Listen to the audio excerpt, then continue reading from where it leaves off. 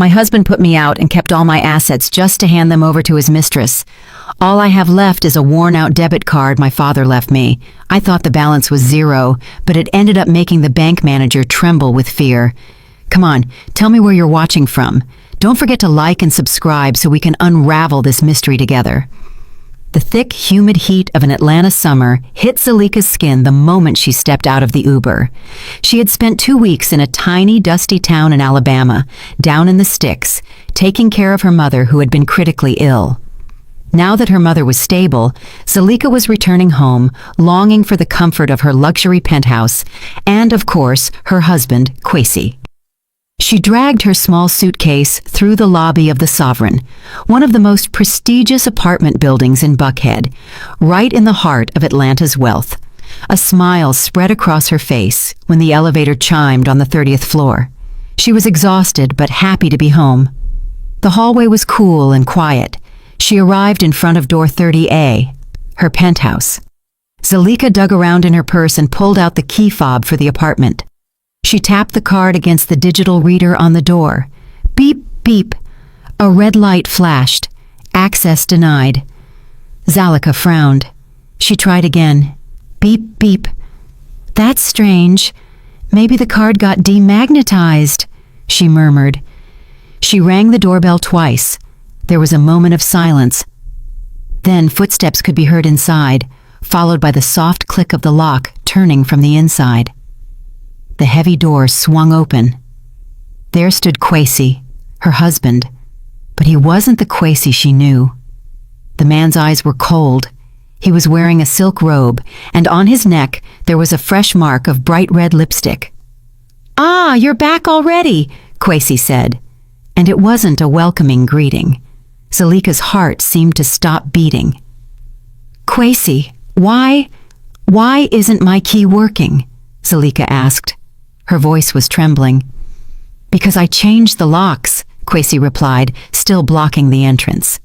From inside the apartment, the crystal-clear laughter of a woman rang out. "Babe, who is it? If it's a solicitor, tell them to kick rocks." A young and very beautiful woman, much younger than Zalika, appeared over Kwesi's shoulder. Zalika recognized her instantly as Inaya, a local Instagram model who was gaining clout and who made Zalika's stomach turn. Inaya was wearing Zalika's silk robe, the very same robe Zalika had gifted herself for her wedding anniversary last year. Inaya's eyes swept over Zalika from top to bottom, judging her simple travel clothes, her tired face, and her worn-out suitcase. "Oh," Inaya said with a mocking smirk. "It's not a solicitor. Turns out it's the ex-wife." "Ex-wife? Kwesi, what is this?" Zalika whispered, feeling a stinging burn in her eyes. "Who is she? Why is she in our house? Why is she wearing my clothes?" Kwesi sighed as if Zalika were a trivial nuisance. "Listen, Zalika, this is over. Better we talk downstairs. Don't make a scene here." Kwesi didn't even give her a chance to step inside. He stepped out into the hallway, closing the door behind him, leaving Inaya smiling smugly on the inside. Kwesi didn't speak at all while they rode down in the elevator. Zalika was petrified. Her brain wasn't capable of processing what had just happened. The smell of Inaya's perfume, an expensive scent that wasn't to her taste at all, lingered faintly on Kwesi's robe. The elevator chimed, opening into the busy lobby. It was evening rush hour. A few other residents looked at them with curiosity. Kwesi walked quickly toward a corner of the lobby, somewhat secluded, near a large floor-to-ceiling window overlooking Peachtree Road. Zalika followed him like a robot. "Kwesi, explain this to me," Zalika demanded. Her voice was barely audible. "What is there to explain?" Kwesi said coldly. "Is it not clear? No, you and I are done. Finished. Just like that. After 10 years?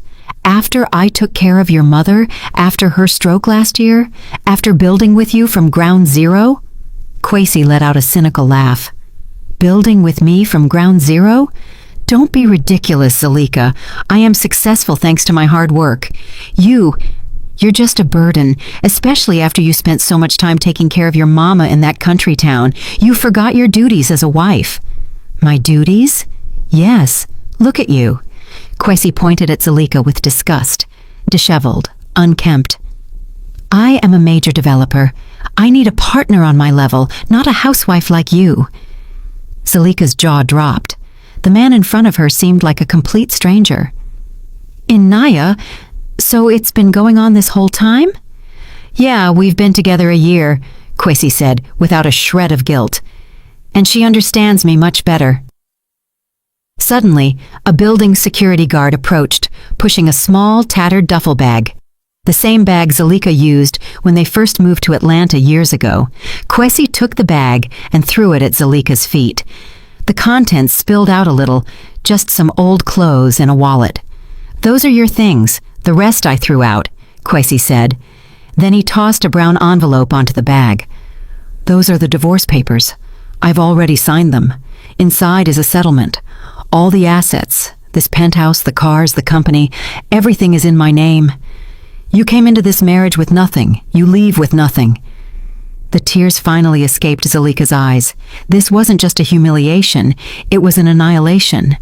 You can't do this. Oh, I can, and I already have. Kwesi looked at her with eyes as cold as ice. Sign those papers. If you behave yourself and don't claim marital assets, maybe I'll be generous and give you cash for a Greyhound bus ticket back to your little town in Alabama. Some people in the lobby started to whisper. Seeing the scene, Zulika felt naked.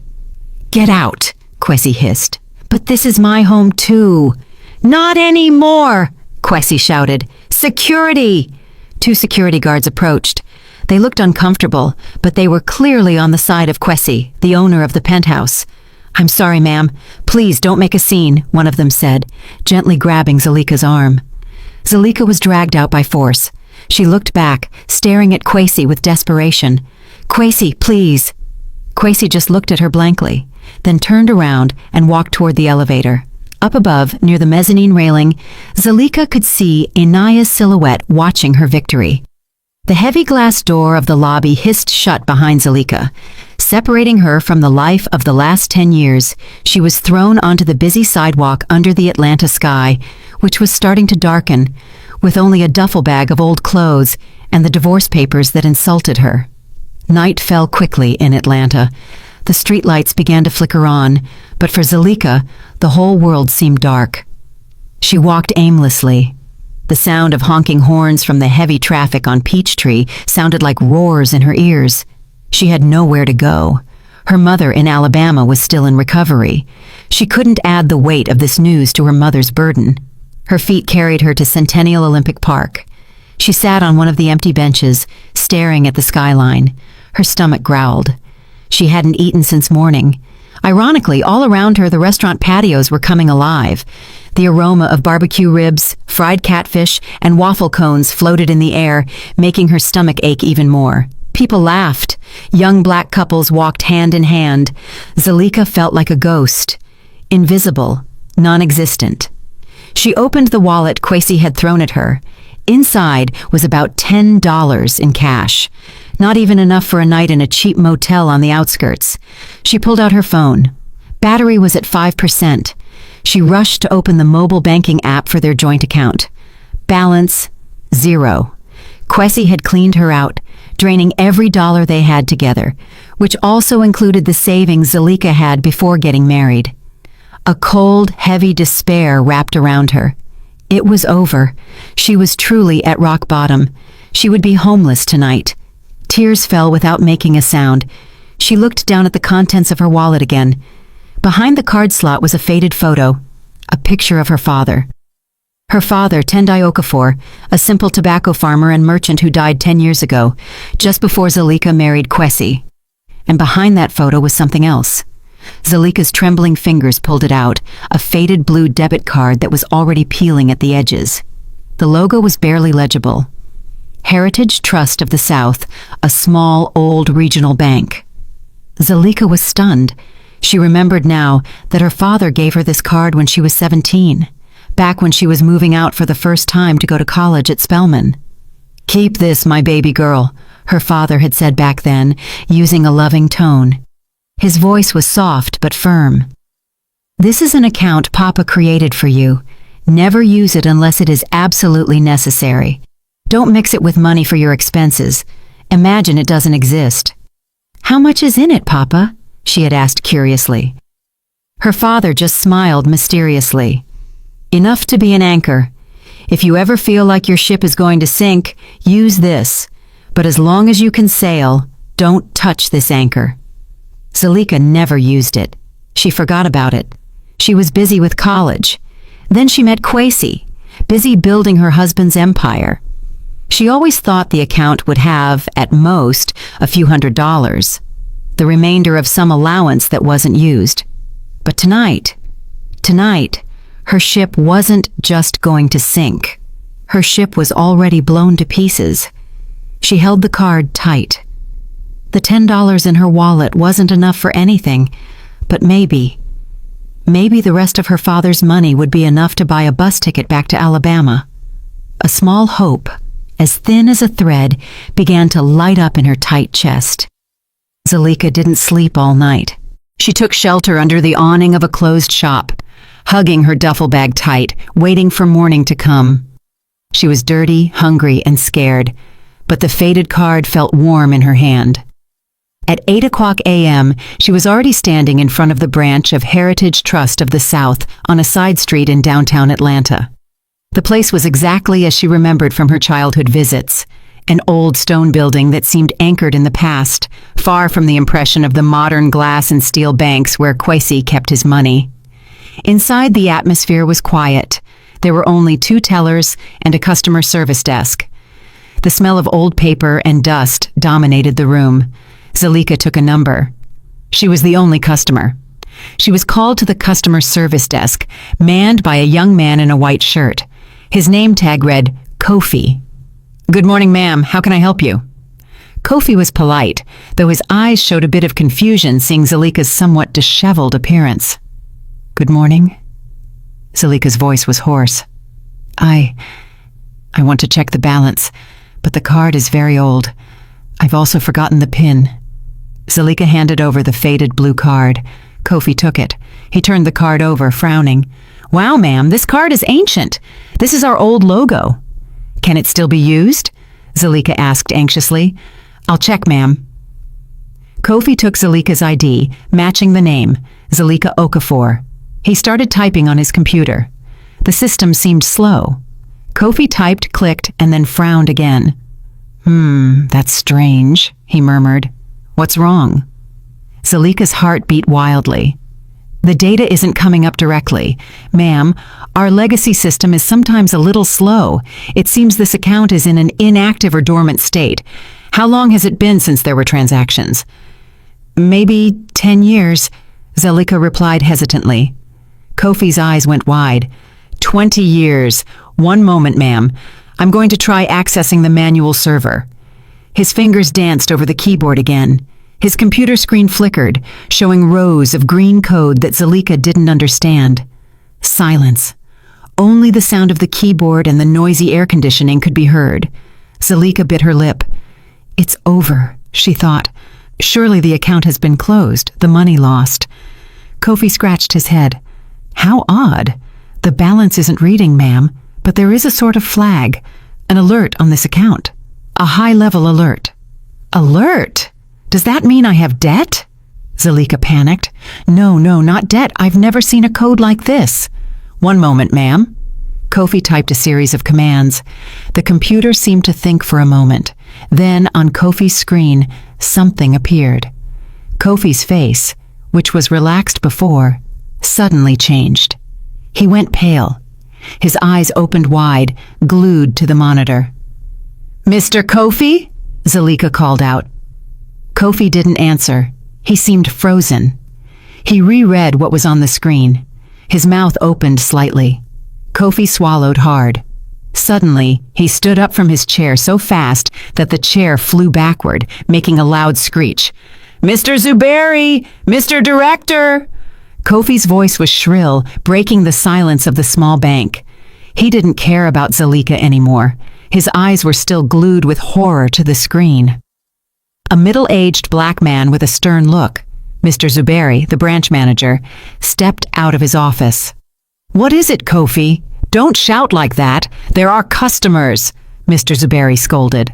His tone was flat. "I'm sorry, sir, but you have to see this." Kofi pointed at the screen with a trembling hand. Account in the name of Zalika Okafor. Inheritance from her father, Tendai Okafor. Mr. Zuberi sighed, annoyed at being interrupted, and walked toward Kofi's desk, preparing to lecture his young employee. He glanced at the screen, and then he froze. His professional, rigid face crumbled in an instant. His expression changed from annoyance to confusion, and then to a deathly pallor. He looked at the screen, then looked at Zalika, and then back at the screen. "Ma'am, Mrs. Zalika Okafor?" Mr. Zuberi asked. His voice, previously firm, was now trembling. "Yes, sir," Zalika whispered, scared. "What's wrong? Was my father a criminal?" "Kofi," Mr. Zuberi ordered. "Close your window quickly. Put up the closed sign. Take Mrs. Zalika to my office right now. Don't let anyone see this screen." The order was so urgent and full of panic that Zalika jumped. Kofi, stuttering, immediately put up the closed sign and turned off his monitor. "Come with me, ma'am," Kofi said, now treating Zalika with immense respect, almost with fear. In Mr. Zuberi's cramped office, the door was locked instantly. Mr. Zuberi paced from one side to the other for a moment before finally sitting in his chair. His hands shook slightly as he turned on his desk computer. "Excuse me, ma'am. You caught us by surprise," Mr. Zuberi said. "Actually, what is happening, sir? Did my father leave a huge debt?" Zalika asked. Her voice was on the verge of breaking into tears. "Debt?" Mr. Zuberi let out a nervous chuckle. "No, ma'am, far from it." He turned his computer monitor toward Zalika. Kofi, who was standing in the room, pointed at the screen, holding his breath. "Ma'am, look at this quickly." The screen didn't show a balance in dollars. The screen showed an ownership structure diagram. "Ma'am," Mr. Zuberi said, his voice low with astonishment. "This account is not a normal savings account. This is a master account connected to a limited liability company. A corporation." Zalika frowned. "Corporation? LLC?" "Correct. Called Okafor Legacy Holdings LLC. This company was founded by your father, Tendai Okafor, in 1998 and was left inactive exactly 20 years ago. But my father was just a tobacco salesman." "That is what he wanted people to know, ma'am," Mr. Zuberi interrupted. "Your father seems he wasn't just a salesman. He was a land broker, a genius one at that." Mr. Zuberi clicked on a tab on the screen. The title was List of Assets, Okafor Legacy Holdings, LLC. Mr. Zuberi continued reading the contents. "It is the legal owner of 2,000 acres of pecan groves and farmland in South Georgia, all under this deed. The sole ownership was transferred completely to you as the heir with a special clause." "What clause?" Zalika whispered. "This company activates automatically, and all its assets become accessible to the heir. Only if the heir accesses this master account in a desperate situation, or if the balance of their personal account is zero." Zalika's jaw dropped. Her father had predicted this. She looked at the row of numbers on the screen. They weren't savings figures, but figures of land acreage. She didn't faint. She didn't scream. Zalika simply sat up straight. The hunger, the exhaustion, and the humiliation she had felt for the last 24 hours evaporated. They were replaced by something else, something cold, sharp, and very strong. She remembered Kwesi's mocking face. She remembered Inaya's victory smile. "Mr. Zuberi," Zalika said. Her voice was calm and cold, surprising herself. "Yes, ma'am?" "How do I activate this company right now?" Mr. Zuberi looked at Zalika with concern. The reaction of the woman in front of him was totally unexpected. She wasn't crying. She wasn't screaming with joy. Her eyes, swollen from crying the night before, now hardened. She stared at the computer screen with a cold, terrifying focus. "Mr. Zuberi," Zalika repeated. Her voice was steady. "What do I need to activate this?" Mr. Zuberi stuttered. Technically, it is already active, ma'am.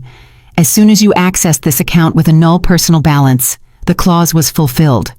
Our legal team managing the trust, well, they are already waiting for your instructions. Kofi. The young employee promptly poured a glass of water and placed it in front of Zalika. Zalika didn't drink it. My father, Tendai Okafor, what else do you know about him? Mr. Zuberi opened a drawer, pulling out a thick, dusty folder. Your father was a priority client, long before the term private banking existed. He left this, a letter and legal documents. He said, this can only be opened by my daughter or by us if she has accessed the account. Mr. Zuberi handed over a yellowed envelope. Zalika's hands trembled as she opened it. Inside was a sheet of paper written neatly by hand. To my baby girl, Zalika, if you are reading this, it means there are two possibilities. First, Papa is no longer here, and you are ready to start your own life. Second, life hasn't gone according to your plans. Papa was a salesman, it's true, but Papa also knew that this world isn't always fair to good black women like you. I saw how they treated your mother. Papa kept a small anchor for you, not to spoil you, but to ensure you have options when you feel cornered. Papa designed the desperate clause on purpose. I know you are smart, but your heart is too soft. I was afraid. If you had wealth, you would attract the wrong man, and if you didn't have wealth, you would be oppressed by the wrong man. Papa failed in one thing. I hope you never need to read this letter, but if you read it, remember Papa's message. Don't cry. Don't get revenge with tears. Build your own kingdom, my child. Make them regret it. The anchor has been dropped. Now sail, baby girl. Love, Papa. The tears she had been holding back finally fell. They weren't tears of sadness, but of understanding. Her father, the simple salesman, had seen the future. He had seen Kwesi decades before Kwesi existed. Zalika wiped her tears with the back of her hand. She looked at Mr. Zuberi. I need 3 things, she said. What things, ma'am? First, cash. I don't have a dime. Of course. Kofi, prepare a cash withdrawal from the operating account, Mr. Zuberi said. Second, Zalika continued, I need a place to stay temporarily. A secure hotel, far from the sovereign apartments. That can be arranged. We have corporate rates with secure hotels. Third, and this is the most important, Zalika leaned forward, I need all the financial data of Okafor Legacy Holdings LLC, and I need a recommendation for the best business restructuring consultant, not from around here. I want someone from the Midtown Financial District, someone who doesn't know Kwesi. Mr. Zuberi was stunned for a moment, impressed by the composure of the woman who, 30 minutes ago, looked like a homeless person. I know a name, Mr. Zuberi said. They nickname him the Cleaner. Very expensive, very cold. His name is Sekou. Good, Zalika said. Give me the money, book me the hotel, and organize my meeting with Sekou. Zalika didn't stay at the hotel Mr. Zuberi booked. That was her first step, not being predictable. After taking a considerable amount of cash, enough to make her dizzy if it had been yesterday, she bought a new phone, a new number, and several sets of simple but clean clothes at a nearby mall. Then she booked a room at the St. Regis, one of the most luxurious hotels in Atlanta, under a fake name. For 24 hours, she locked herself in the room. She ordered room service, ate her first decent meal, took a hot bath, and slept. She let her brain process the destruction and rebirth in a single day. The next morning, she didn't call Sekou. She knew someone like Sekou wouldn't be impressed with a phone call. Zalika went to the financial district in Midtown. Sekou's office was in one of the skyscrapers, minimalist, cold, all glass and steel. Zalika, in her new clothes, simple but neat, contrasted with the setting. I want to see Mr. Sekou. I don't have an appointment, she told the receptionist. Mr. Sekou is busy, ma'am. His schedule is full for the next 2 months. Tell him, Zalika said calmly. Zalika Okafor, owner of Okafor Legacy Holdings LLC, assets of 2,000 acres. This is urgent. The receptionist hesitated, but the words 2,000 acres made her pick up the phone. 5 minutes later, Zalika was ushered into a corner office with a view of all of Atlanta. Sekou was a black man in his mid-30s. He didn't smile. He wore a dress shirt with no tie, but he looked more formal than Kwesi ever did in his suits. His eyes were sharp, analyzing Zalika. "I only have 10 minutes, Mrs. Okafor," Sekou said. His voice was deep and flat. "Okafor Legacy Holdings, dormant company, agricultural assets. What is the problem?" Zalika sat down without being invited. "The problem, Mr. Sekou," Zalika said, "is that this company just woke up. The assets are large, but I don't know anything about pecans, peaches, or how to run it. And I have another problem that must be solved." "What problem?" "My ex-husband, a developer in Atlanta. His name is Kwesi. He demands a share. He doesn't know about this." Sekou raised an eyebrow. "This is interesting. What do you want from me?" "I want you to restructure this company from the ground up. Audit everything. Make it an active, modern, profitable company. And I want you to be my personal advisor," Zalika said. "I want to know how to use this power." Sekou stared at her for a long time. "I am expensive, ma'am." "I know," Zalika replied. "I don't deal with personal dramas." "I'm not asking you to deal with drama. I'm asking you to teach me how to win a business war. The drama is the bonus." Sekou smiled slightly, his first smile. "When do we start?" "Yesterday," Zalika replied. 2 weeks passed. Atlanta didn't know what was happening in the offices. Zalika and Sekou's small team worked 20 hours a day. They dissected Okafor Legacy Holdings, LLC. It turned out the assets were greater than estimated. Zalika's father hadn't just bought land. He also bought small shares in various agri-food companies whose value had now skyrocketed. Zalika learned fast. She devoured financial reports, studied property laws, and learned the fundamentals of agribusiness management. Sekou watched her. This client was different. She didn't panic. She wasn't greedy. She was focused. She was like a dry sponge, absorbing all the information. During those 2 weeks, Zalika also transformed herself. She cut her long, dull hair into a short, firm, elegant bob. She threw out all her old clothes with the help of a personal shopper hired by Sekou. Her closet now contained tailored suits, silk blouses, and simple but classy dresses in strong colors: black, navy blue, and burgundy. Reading glasses replaced her contacts. High heels replaced sandals. But the biggest change was in her eyes. There was no fear anymore, only calculation. "Are you ready to get back in the ring, ma'am?" Sekou asked one afternoon. "I'm ready," Zalika said. They didn't go to the hotel. Under Zalika's orders, Sekou's team had worked discreetly in Atlanta. They bought an old mansion in the Cascade Heights area. Not a flashy new McMansion like Kwesi liked, but a historic, solid, elegant building that emanated an aura of old black power and generational wealth. The house was paid for in cash. When Zalika walked into her new mansion, she was no longer the Zalika who was kicked out of the apartment lobby. She was Ms. Zalika Okafor, CEO of Okafor Legacy Holdings, LLC. Meanwhile, in the penthouse at the Sovereign, Kwesi and Inaya's life was at its peak. "This project, babe," Kwesi exclaimed one night while pouring champagne for Inaya. "This is going to change the game." Kwesi, after managing to kick Zalika out, felt invincible. His construction business was frantically looking for new projects. "I have inside info." His eyes shone with greed. "There's prime land, thousands of acres down in South Georgia coming onto the market. They say it's going to be opened up for a luxury development. I have to get the construction contract." Inaya, who was busy taking selfies with her champagne glass, was only half listening. "Oh yeah, great. That means our wedding can be in Turks and Caicos, right? And I want that new Birkin bag, the crocodile skin one." "Sure, whatever for you," Kwesi said. But deep down, he was a little anxious. To get such a big project, he needed a huge capital injection. He needed investors.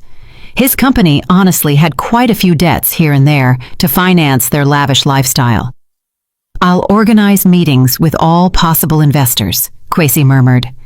A few days later, Kwesi heard rumors in Atlanta business circles. Did you hear? An acquaintance said. There's a new player in town investing like crazy, bought a mansion in Cascade Cash, brought in a consultant from Midtown, that guy Sekou, the cleaner. What's the name? Kwesi asked. Interesting. No one knows exactly, very secretive, but the company name is old. Okafor Legacy Holdings LLC. Ring a bell? Kwesi shook his head. Old-fashioned name. Probably some old money folks just realizing their assets. This is the opportunity. Kwesi immediately ordered his secretary to find a way to contact Okafor Legacy Holdings. He had to present his proposal for the development in South Georgia. He didn't know that the lands he coveted were the very ones listed in Zalika's deed. The invitation arrived. Okafor Legacy Holdings LLC was interested in hearing the proposal from Kwesi's company. The meeting would be held at the CEO's residence in the Cascade Mansion. Kwesi felt on top of the world. Look, Inaya, they invited me. Surely they've heard of my reputation. That morning, Kwesi put on his most expensive suit. He rehearsed his presentation in front of the mirror. He was determined to dazzle this mysterious investor. He arrived at the mansion. The high wrought iron gate opened slowly. He walked into a majestic but cool foyer. The walls were marble, the furniture antique and heavy. An assistant with a formal look received him. Good afternoon, Mr. Kwesi. Please wait in the meeting room. Our CEO will join you shortly. Kwesi was led to a grand library transformed into a meeting room. On one side was a very long mahogany table. On the other, tall windows overlooked a manicured garden. At the end of the table sat a man looking at his laptop. Sekou. Kwesi thought he was the boss. Good afternoon, sir. Sekou looked up. His eyes were cold.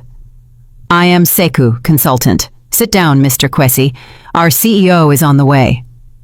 Kwesi sat down. He started to feel a little nervous. The atmosphere in this room was too heavy, too silent. 5 minutes passed like an hour. Suddenly, the double doors behind Kwesi opened. Kwesi didn't turn around. He heard the sound of footsteps. High heels. Click, clack, click, clack. A firm and rhythmic sound on the marble floor. Sorry for the wait. A voice was heard, a familiar voice, but impossible. Kwesi froze. He knew that voice, but this voice was cold, full of authority. He turned his chair slowly. The footsteps stopped at the other end of the table. There stood Zalika, her hair perfectly styled. She was wearing a navy blue power dress that wrapped her body perfectly. Reading glasses rested on her nose. Her face was made up subtly, but professionally. She looked at Kwesi. There was no hatred in her eyes, no love, nothing. Just the look of a superior at a subordinate. Kwesi's mouth opened, but no sound came out. Zalika sat calmly in the head chair. Sekou stood beside her, handing her a tablet. Zalika looked at Kwesi and then smiled. The smile didn't reach her eyes. Good afternoon, Mr. Kwesi, she said. Her clear voice filled the room. I am Zalika Okafor, CEO of Okafor Legacy Holdings, LLC. She leaned in a little. Please begin your presentation. I heard you are very interested in the lands in South Georgia. Zalika paused, letting her words sink in. Casually, she continued in a relaxed tone. Coincidentally, all the land you covet for your ambitious project belongs to me. Silence. The silence in the meeting room was so thick that Kwesi could hear his own heart beating in his ears. A joke. This has to be a joke. But Zalika's eyes, the eyes that used to look at him with adoration, were now as cold as the marble beneath his feet. Zalika. Kwesi managed to emit a sound. His voice cracked. This is impossible. 2,000 acres. Okafor Legacy. Where did you get the money?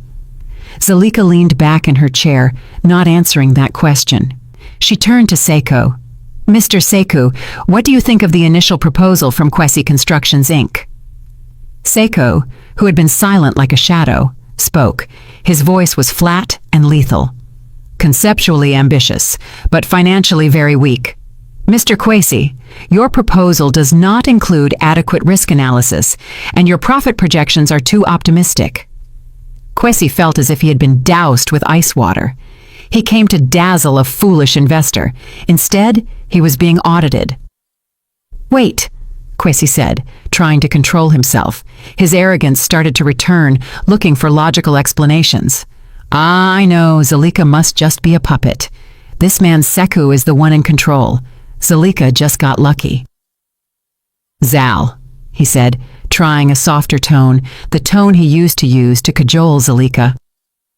I don't know what happened to you, but this is big business. Maybe we can collaborate. I mean, you know me. I'm the best builder in Atlanta. Zalika smiled slightly. Oh, I know you very well, Quasi. Then she stood up. I don't have more time, but I will give you a chance. Hope lit up instantly in Quasi's eyes.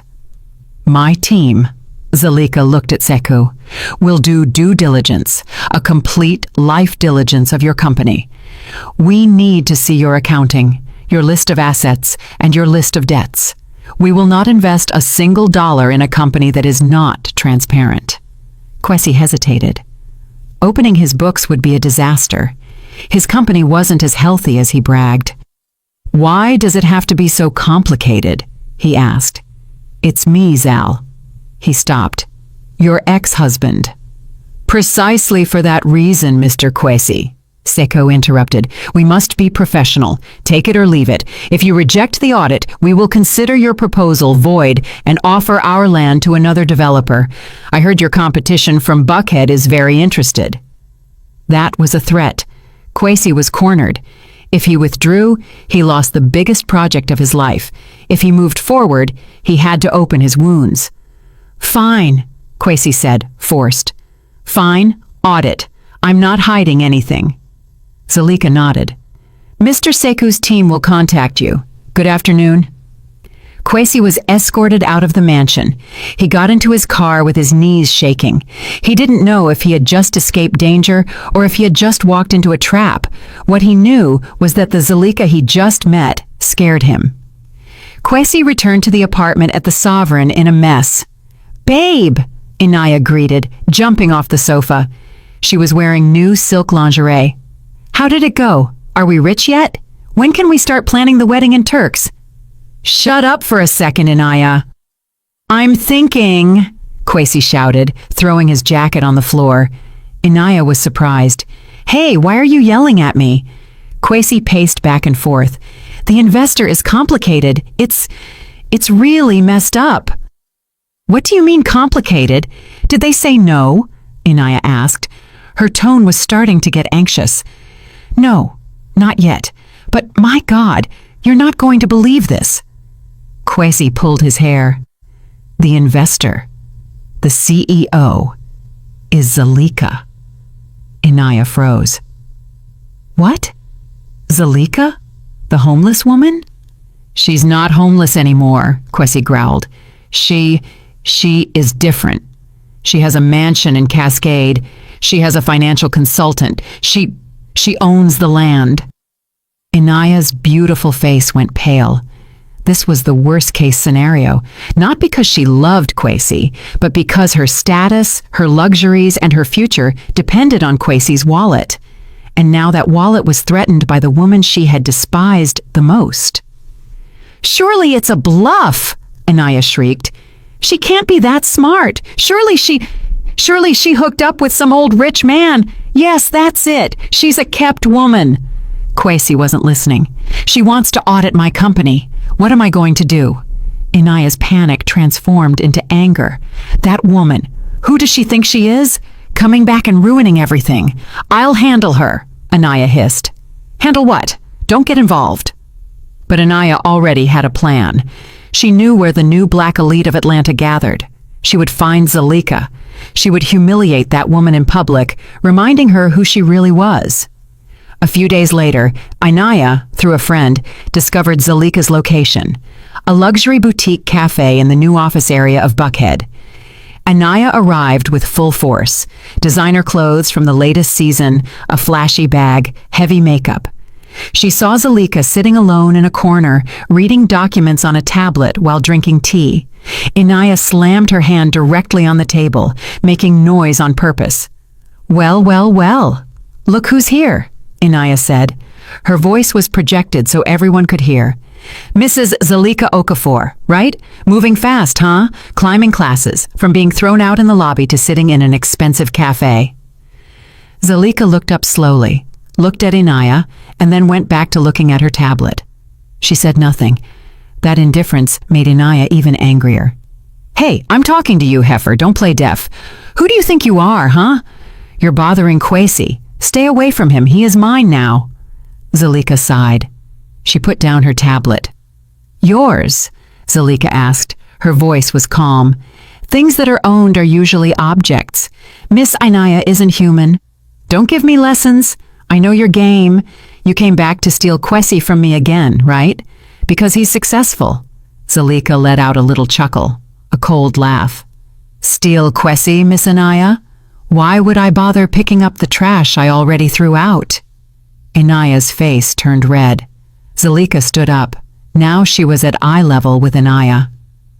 "Listen well," Zalika whispered, but the intensity made Inaya take a step back. "I'm not interested in Kwesi. I'm interested in his company. And if you want to know," Zalika looked at the flashy paper Inaya was holding. "Kwesi came to me begging me to finance his project. He isn't even capable of paying for your lifestyle without begging me." "Liar." "Ah, yes." Zalika pulled out a black credit card, the Centurion card, from her wallet. A card made of metal. "Today I feel generous," she called the waiter. "The check, please, and also for this lady. I'm paying." Zalika looked at Inaya. "Consider it charity. You need it more than I do." She grabbed her tablet and walked out, leaving Inaya frozen in shame, turned into a spectacle for the entire cafe. The bait game had worked. Kwesi was humiliated by the urgent need to hand over all his financial documents to Seku's team. Meanwhile, Zalika humiliated Inaya in the cafe. Seku's team gathered in the war room of the Cascade Mansion. "This isn't a company, Ms. Zalika," Seku said, pointing at the large screen showing the cash flow of Kwesi Constructions, Inc. "This is a house of cards built on air." "Explain," Zalika said. "First," Seku said, "materials. He charges his clients for grade A cement, but reports show he buys grade C. He takes a 40% profit just on material embezzlement. This is illegal and dangerous." Zalika remembered a small bridge project Kwesi bragged about. Her stomach turned. "Second, debts," Seku continued. "He doesn't have bank debts. He's too smart. For that, he gets into debt with small suppliers, sandpits, local hardware stores, small equipment rental companies. He delays their payments for months, even years, knowing they don't have the legal strength to fight him." The list of supplier names appeared on the screen. Zalika recognized some names. "And third, taxes," Seku said. "He keeps 2 books, one for himself, one for the IRS. His tax evasion is massive." Zalika sat in silence. The man she was married to for 10 years, the man she cared for when he was sick, turned out to be a scammer, an extortionist, and a thief. "Good," Zalika said. Her voice was steady. Seku looked at her. "Good? Yes. This gives us a weapon. What is the next step?" "Kwesi is only focused on us, on those 2,000 acres, Seku explained. "He doesn't realize that his debt to the small suppliers is his weakest point. I want you, Zalika." He stopped, thinking about the strategy. "I want you to buy all that debt." Seku smiled. "I assumed so. I have prepared 3 shell companies in Delaware. We will buy every outstanding invoice from those suppliers. We will pay cash." "The suppliers will be happy," Zalika said. "They will be very happy. And Kwesi," Seku added, "will know nothing. He will only feel relieved because the collectors will stop calling him. He will think we are going to give him capital." "How much time?" Zalika asked. "Give me a week. In a week, Kwesi Constructions, Inc. will no longer owe anything to the small merchants, Sekou said. He will owe me. Exactly as Sekou predicted, Kwesi suddenly felt his life was easier. The calls from angry suppliers stopped. He considered this a good sign. He thought the news that he was going to collaborate with Okafor Legacy. Holdings had scared the suppliers off. He was very wrong. Feeling the pressure decrease, Kwesi decided it was time to take the last step. He had to secure Zalika, not on a business level, but personal. He knew the Zalika of before was weak, forgiving, and still loved him. He sent a bouquet of white roses, Zalika's favorites back then, to the Cascade Mansion with a note.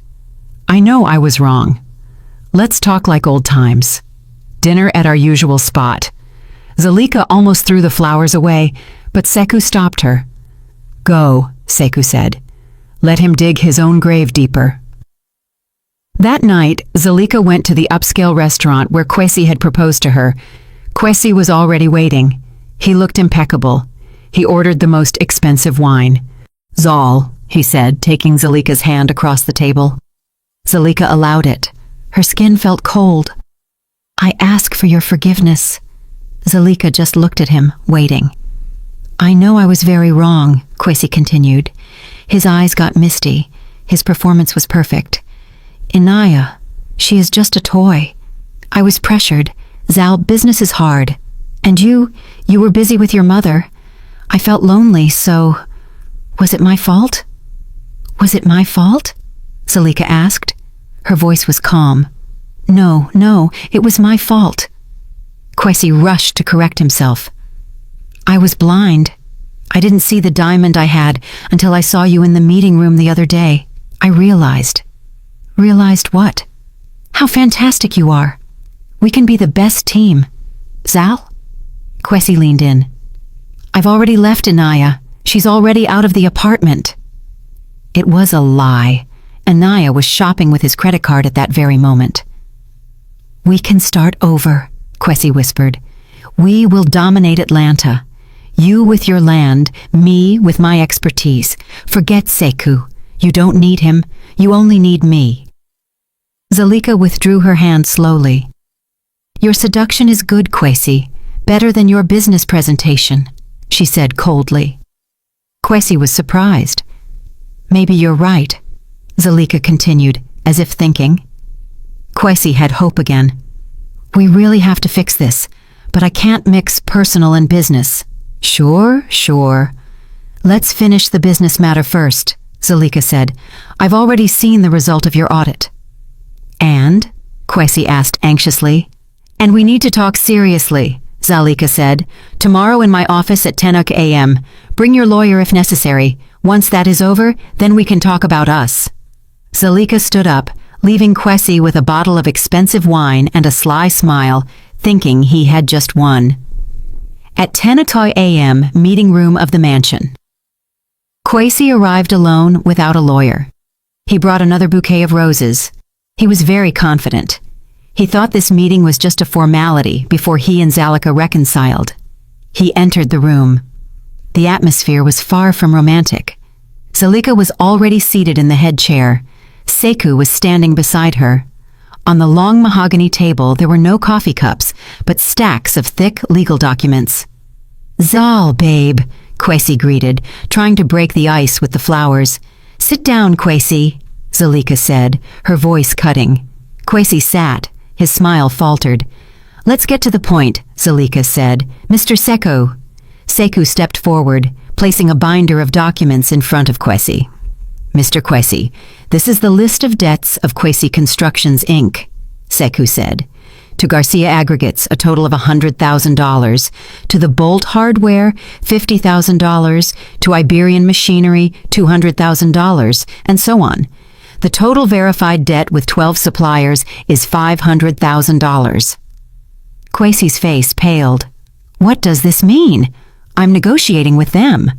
They no longer need negotiation, Zalika interrupted, because everyone has been paid in full. Kwesi looked at Zalika confused. Paid by whom? Zalika pointed to herself. By me, Sekou pushed the second binder of documents. Through 3 investment companies affiliated with Okafor Legacy Holdings, LLC. We have acquired or bought all those outstanding invoices. Copies of the debt assignment deeds are in front of you.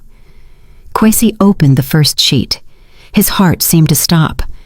In other words, Kwesi? Zalika leaned in, looking directly into the eyes of the man who had destroyed her. Your company no longer owes anything to those small merchants. Zalika paused, letting the silence fill the room. Your company now owes me. Me. Kwesi couldn't breathe. I can pay. I can pay in installments. Oh, of course, Zalika said. But I'm not interested in doing business with you, and I'm not interested in getting back with you. I want my money back. She slapped the documents in front of Kwesi. According to the assignment clause, this debt is due. Now, you have 24 hours to liquidate those $500,000 in cash. 24 hours? That's impossible. No one has that much cash, Kwesi shouted, finally panicking. I do, Zalika replied coldly. You set a trap for me. A trap? Zalika stood up. I am only claiming what is my right, just like you kept all my rights before. If in 24 hours you cannot pay... Zalika put the third binder of documents on the stack. Our legal team will immediately register the lien on that penthouse in the Sovereign on your office and on all your heavy machinery. Good morning, Mr. Kwesi. 24 hours. Kwesi never knew how short 24 hours were. After leaving Zalika's mansion, he didn't go back to the apartment. He panicked. He spent the first hour driving aimlessly, cursing Zalika, Sekou, and the whole world. The second hour, he started calling. He called his bank manager. I need a loan of $500,000. The collateral is my project in South Georgia. The bank manager laughed on the other end of the phone. Kwesi, don't joke. You don't have that project secured yet. Besides, your credit limit is already tapped out to finance. Well, you know. Kwesi hung up the phone abruptly. From the 3rd to the 10th hour, he spent calling all his business contacts. Every friend he had invited for expensive wine, every small official he had tipped. The answer was the same. Oof, tough, Kwesi. Or, sorry, I'm out of town. Or they didn't pick up the phone. The news of his downfall, which somehow started at the mansion meeting, spread faster than fire. Hour 11. In his desperation, he returned to the penthouse. Inaya was trying on a new dress she had just bought that afternoon. How does it look, babe? Nice, right? Sell it, Kwesi shouted. What? Sell it all, Kwesi shouted with red eyes. Sell your bags, sell your jewelry. We are bankrupt. Inaya's face paled. These are gifts, not investments. Are you crazy? Zalika set a trap for me, Kwesi raved. That snake woman bought my debts. She gave us 24 hours to pay $500,000. Inaya didn't care about the debt. She only heard one thing. The money ran out. At 10 o'clock a.m. sharp the next day, exactly 24 hours later, the doorbell of his penthouse rang. Kwesi, who hadn't slept all night, opened it. He hoped it was Zalika, coming to cancel her threat after softening up. No. In front of the door was Sekou, calm as a statue. Behind him, 2 well-dressed lawyers and a man in an official uniform holding a thick folder, the sheriff's deputy. Your time is up, Mr. Kwesi, Sekou said flatly. Wait, I need time. Time is a luxury you didn't give Zalika, Sekou interrupted. He took a step forward. According to the order from the Fulton County Superior Court, we are here to execute the lien on this asset. The deputy began putting seizure stickers on the wall of the apartment foyer. No, this is my house, Kwesi shouted. Technically, it is the collateral for your debt to my client, the lawyer corrected. You and this young lady, he looked at Inaya with disdain, are required to vacate these premises in 1 hour. Take your essential personal effects. 1 hour later, the scene in the lobby of the Sovereign turned into a spectacle. Kwesi, the same man who 10 years ago felt like the king of the place, was escorted out by security guards, the same guards who threw Zalika out before. Inaya followed him crying hysterically, dragging 2 suitcases full of her designer bags. Kwesi wasn't just bankrupt on paper. Now he was literally on the street, back at the ground zero he created for Zulika. On the hot sidewalk in front of the lobby, the real drama had just begun. "This is all your fault!" Inaya shrieked, hitting Kwesi's chest. "You said you were rich! You said you were great! Turns out you're just a scammer!" Kwesi, who had already lost everything, unloaded his remaining anger on the only target left. "My fault? Your fault? Who asked for Birkin bags every week? Who asked for vacations in Turks? You made me spend. Parasite! Parasite!" Inaya's jaw dropped. Their fight was so loud it became a public spectacle. They didn't realize that across the street someone was recording the fight with their phone. "I didn't sign up for this!" Inaya shrieked. "I'm done!" She dragged her suitcase, trying to hail a cab. "Where are you going? You won't survive without me," Kwesi mocked. "You'll see." Inaya went to a luxury hotel, trying to book a room with the unlimited credit card Kwesi gave her. "I'm sorry, ma'am, declined," the receptionist said coldly. She tried another card. Declined. All declined. Kwesi had blocked everything. Or it was the bank. Inaya panicked. She called her high society friends.